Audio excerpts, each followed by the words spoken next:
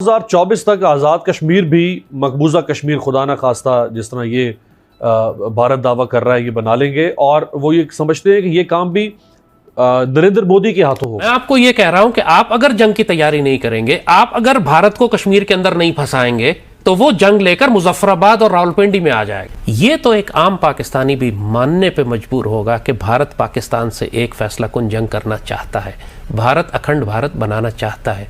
अभी उन्होंने अपनी पार्लियामेंट बनाई है, उसमें नक्शा अखंड भारत का लगा है ना।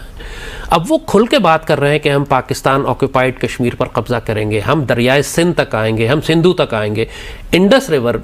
ये जो इनका नथुराम गॉडसे है, अभी तक उन्होंने उसकी राख को दरिया में, गंगा में या जमुना में फेंका नहीं है, क्योंकि उसने वसीयत की थी कि मेरी राख को दरियाए सिंध में फेंका जाए। सो वो तो आएंगे। अखंड भारत उनका एक आइडियोलॉजिकल, इमोशनल, एक पैशनेट ड्रीम है, आप चाहें या ना चाहें। और अखंड भारत के रास्ते में सिर्फ पाकिस्तान खड़ा हुआ है। श्रीलंका को हड़प करना या नेपाल या बर्मा को हड़प करना उनके लिए कोई प्रॉब्लम नहीं है, प्रॉब्लम पाकिस्तान है। Once they overrun Pakistan, if हमारा तीसरा कार्यकाल बहुत बड़े फैसलों का होगा। पीएम मोदी ने कहा कि वो तीसरे कार्यकाल में बड़े फैसले लेने वाले हैं। मोदी ने ये बयान किसी इंटरव्यू या रैली में नहीं दिया, बल्कि संसद में खड़े होकर दिया है। संसद में जो कहा जाता है वो बकायदा रिकॉर्ड होता है। पीएम मोदी जब संसद में भाषण दे रहे थे तो पाकिस्तान के प्रधानमंत्री पीओके पहुंच गए, तो पाकिस्तान के आर्मी चीफ ने एलओसी पर डेरा डाल दिया। पीएम मोदी ने तो कहा था कि वो बड़े फैसले लेने वाले हैं, लेकिन इनमें से एक फैसले के बारे में तो खुद पाकिस्तान ने बता दिया। पाकिस्तान के प्रधानमंत्री ने पीओके पहुंचकर कहा है कि हम पर हमला होने वाला है, तो वहीं पाकिस्तान के आर्मी चीफ असीम मुनीर ने एलओसी के पास आकर धमकी दी है कि अगर हम पर हमला हुआ तो हम भी पूरी ताकत से जवाब देंगे। अगर वो नाउजुबिल्लाह वो ये समझते हैं कि पाकिस्तान को हम नुकसान पहुंचा सके या अखंड भारत के लिए पाकिस्तान पे हमने कब्जा कर लिया, तो उसके बाद रीजन का कोई मुल्क हमें नहीं रोकेगा। जब भी तो उन्होंने अखंड भारत का नक्शा अफगानिस्तान से मलेशिया तक बनाया है, और मतलब शेमलेसली, इस बात की कोई उन्होंने जियोपॉलिटिक्स की परवाह नहीं की, अपने डिप्लोमेटिक रिलेशनशिप की परवाह नहीं की, ये परवाह नहीं की कि रीजन में दूसरे मुल्कों को कितना बुरा लगेगा। उन्होंने अपनी पार्लियामेंट में खुल के अखंड भारत का मैप लगाया है। और जो आरएसएस आइडियोलॉजी है, जो एक्सपेंशनिस्ट है, जो हिंदू सुप्रीमेसी को बिलीव करती है, जो मुसलमानों का अब ये कह रही है कि हिंदू राष्ट्र बनेगा, ये मैं चीज़ें अपनी तरफ से ईजाद नहीं कर रहा, क्योंकि पाकिस्तान में हमारा जो पॉलिटिकल डिस्कोर्स है वो इंडिया स्पेसिफिक नहीं है। हम हिंदुस्तान के अंदर होने वाले वाकयात को अपनी नेशनल डिस्कोर्स का हिस्सा नहीं बनाते। हमारी पॉलिटिक्स आपस में चलती है, या फौज के खिलाफ चलती है, या हम पॉलिटिकल टर्फ के लिए लड़ते हैं।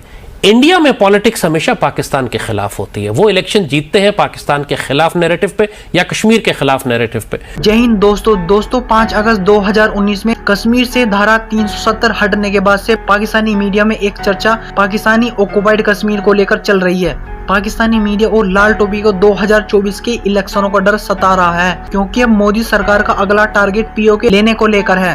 लाल टोपी बता रहा है कि भारत एक बड़े युद्ध की तैयारी कर रहा है। लाल टोपी कह रहा है कि पिछले 2 वर्षों में भारत ने $100 बिलियन से ज्यादा के हथियार खरीदे। भारत के 25 करोड़ मुसलमानों को साथ लो और गजवा हिंद की तैयारी करो। यदि गजवा हिंद नहीं करोगे तो कुत्ते की मौत मारे जाओगे, क्योंकि लाल टोपी को लगता है कि पाकिस्तान पर जंग के बादल मंडरा रहे हैं। जैसे रशिया ने यूक्रेन पर आक्रमण किया और चीन ताइवान पर हमले की तैयारी कर रहा है, वैसे ही मोदी भी पाकिस्तान के खिलाफ जंग की तैयारी कर रहा है। अब पाक फौज के साथ मिलकर तलवार उठानी पड़ेगी। दोस्तों, इस जिहादी लाल टोपी को जंग की बहुत लग रही है, बहुत जंग कर रहा है ये लाल टोपी। यदि लाल टोपी का सामना भारतीय सेना से हो गया तो ये अपनी पैंट में सुसु कर देगा। दोस्तों, वीडियो अच्छी लगी हो तो लाइक, शेयर और चैनल को सब्सक्राइब करें। मोदी प्राइम मिनिस्टर सिर्फ इसलिए बना है कि उसने गुजरात में मुसलमानों को ज़िबा किया था। अगर वो ये ना करता, अगर वो मुसलमानों का जेनोसाइड ना करता गुजरात में, कभी ये चीफ मिनिस्टर से प्राइम मिनिस्टर ना बनता। वो क्रेडेंशियल थे, ये सीवी पर लिखा होना जरूरी है आपके कि मैंने इतने हजार मुसलमान जिंदा जलाए। और अगले प्राइम मिनिस्टर इलेक्ट होने के लिए उनको ये करना है पाकिस्तान के खिलाफ एक मेजर एडवेंचर। वो अपने ख्याल में अगर ये समझ रहे हैं कि महदूद रहेगी कश्मीर तक, तो that's a dangerous calculation, it can get totally out of control.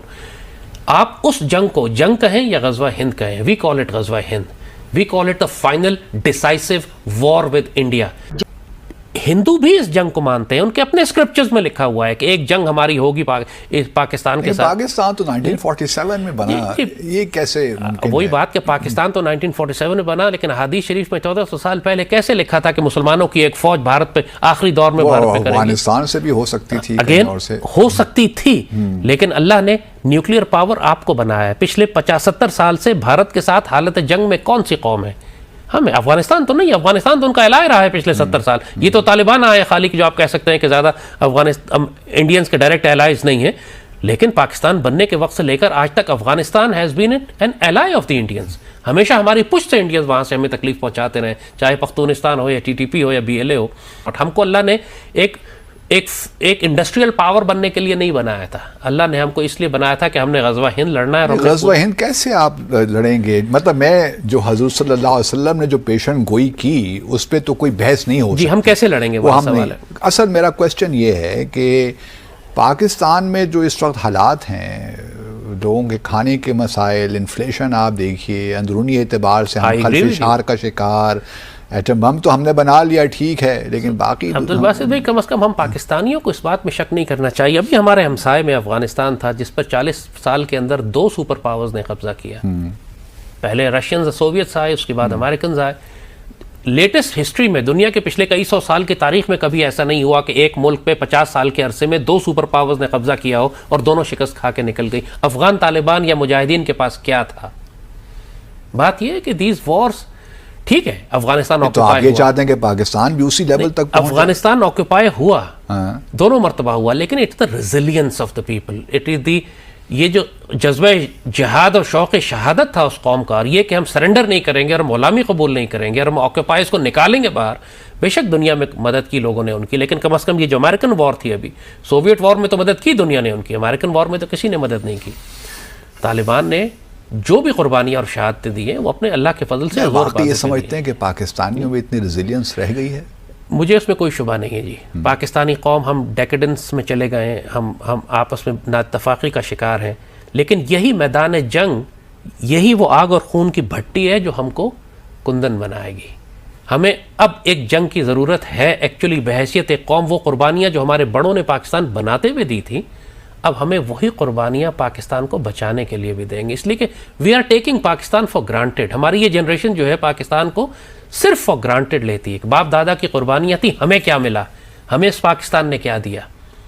इनको अल्लाह पाकिस्तान की कदर कराएगा। अभी इंडियंस तो आ रहे हैं, आज आएँ, अगले महीने आएँ, 6 महीने बाद आएँ, 1 साल बाद आएँ, इलेक्शन जीतने के लिए आएँ या उस जीत कर आएँ, दे आर कमिंग। और हमारा जितना भी ईस्टर्न बेल्ट है, हमारे रिवर इंडस की जो ईस्ट साइड है, जो हमारा सारा पंजाब और सिंध बनता है, हमारा कश्मीर बनता है, यहाँ पे बड़ी खुरेज जंग होगी। पैटर्न वही होगा जिस वक्त यूक्रेन में आप रूस की जंग देख रहे हैं कि एक large part of Ukrainian territory was occupied by the Russians, और उसके बाद एक काउंटर अटैक और रेजिस्टेंस शुरू हुई, जो कि साल 16 महीने हो चुके हैं। लेकिन उनको तो बहुत हेल्प मिल रही है, लेकिन उनको पूरी दुनिया की हेल्प मिल रही है, तो किसी की हेल्प नहीं मिलेगी। हम अपने अल्लाह के फजल से हम काफ़ी हैं, हम 25 करोड़ हैं, हम लड़ने वाले लोग हैं। हमारे पास अगर सिर्फ सिविलियंस के पास भी, पश्तून ट्राइबल एरिया तो बलूचिस्तान में भी और हमारे बलूचिस्तान सिंध के और हमारे अपने शहरों में हम आराम से 2-2.5 करोड़ राइफलें निकाल सकते हैं सिविलियंस के पास। We can raise an infantry which can fight. KP के और बलूचिस्तान के लोग यही कहते हैं कि हमें आप लोगों ने मराने की रखा हुआ है। जब जंग पंजाब में होगी, याद रखिएगा, जंग पंजाब में होगी और पंजाब के लोगों को लड़ना पड़ेगा पाकिस्तान को बचाने के लिए। ये जंग सिर्फ आर्मी नहीं लड़ेगी, ये मुमकिन नहीं है। अब अर्बन वॉर्स है, चाहे हिजरत हो, जैसे 47 में हुआ था। 47 में 1 करोड़ लोग घरों से निकले थे, आधे रास्ते में काटे गए, आधे पहुंचे। अब पाकिस्तान बचाने के लिए आपको ये कुर्बानी देनी पड़ेगी।